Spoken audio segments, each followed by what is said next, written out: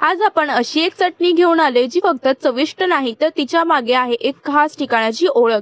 ही आहे सिंहगडावरची प्रसिद्ध कांद्याची चटणी, जिचा स्वाद एकदा घेतला की पुन्हा पुन्हा खावंसं वाटेल. तिथे ही चटणी गरमागरम खेकडा भजी सोबत, मस्त भाकरी बरोबर आणि अगदी वडापाव मध्ये सुद्धा सर्व केली जाते. पण खास गोष्ट काय माहितीये, इतकी फेमस असलेली ही चटणी तुम्ही घरी अगदी झटपट आणि सोप्या पद्धतीने बनवू शकता. तर चला आज आपण सिंहगडचा हा ऑथेंटिक स्वाद आपल्या स्वयंपाकघरात आणूया. रेसिपी नेहमीप्रमाणे भरपूर टिप्ससोबत तुमच्यासोबत शेअर केलेली आहे, त्यामुळे व्हिडिओ स्किप न करता संपूर्ण बघा. चला तर मग वेळ न घालवता लगेच रेसिपीला सुरुवात करूया. ही चटणी करण्यासाठी मी 2 कांदे चिरून घेतलेत. कांदे अगदी बारीक नाही चिरलेत, तर थोडे ते डाईस सारखे चिरून घेतलेत, म्हणजे थोडे स्क्वेअर स्क्वेअर असे ठेवलेले आहेत. एकदम बारीक कांदा नाही चिरायचा आहे. त्यामध्ये 1 चमचा लाल तिखट घालायचे आणि चवीनुसार मीठ घालून मिक्स करून घ्यायचे.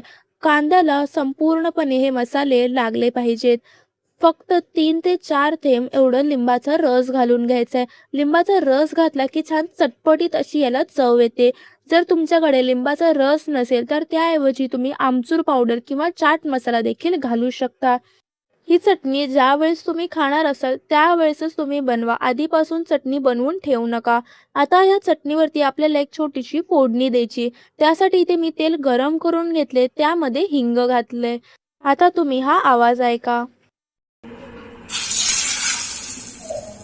चटणीवरती ही फोडणी घातल्यानंतर असाच आवाज आला पाहिजे, म्हणजे समजायचं की अगदी व्यवस्थित परफेक्ट आपली फोडणी लागलेली आहे. आता हे देखील यामध्ये मिक्स करायचं आणि झटपट अशी आपली कांद्याची सिंहगड स्पेशल चटणी तयार झालेली आहे. ही चटणी तुम्ही पोळीसोबत, भाकरीसोबत किंवा भातासोबत देखील सर्व करू शकता. ही चटणी वडापावसोबत देखील सर्व केली जाते. साईड डिश म्हणून देखील तुम्ही झटपट काहीतरी बनवू शकता. जिभेची चव वाढवणारी अशी ही रेसिपी अगदी झटपट तयार होते. कोणतीही पूर्वतयारीची गरज नाही लागत. रेसिपी कशी वाटली हे कमेंट करून नक्की सांगा. रेसिपी आवडली असल्यास व्हिडिओला एक लाईक नक्की करा. चॅनलवर नवीन असाल, चॅनल अजून सबस्क्राईब केलं नसेल तर लगेच चॅनलला सबस्क्राईब करा आणि बेल आयकॉन देखील नक्की क्लिक करा, जेणेकरून माझे येणारे नवनवीन रेसिपीचे व्हिडिओ तुम्हाला पाहता येतील. भेटूया पुन्हा अशाच एका नवीन रेसिपीसोबत नवीन व्हिडिओमध्ये. तोपर्यंत धन्यवाद.